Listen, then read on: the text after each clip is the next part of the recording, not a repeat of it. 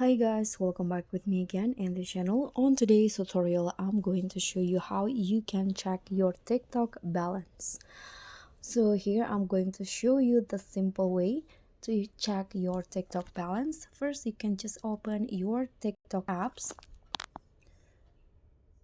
and then after this, you can just go to your profile.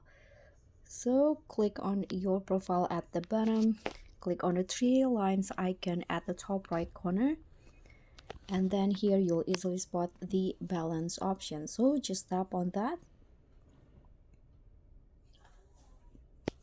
And in here you can see this is my balance, so you'll get to know your coins, your balance, and here you can also see your live rewards.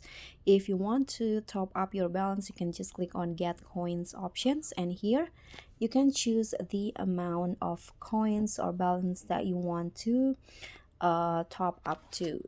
After that, you can just click on recharge and proceed with the payment. So that's how you can check your TikTok balance. Thank you so much for watching. Don't forget to like, comment, and subscribe. Also, click on the thanks. Bye.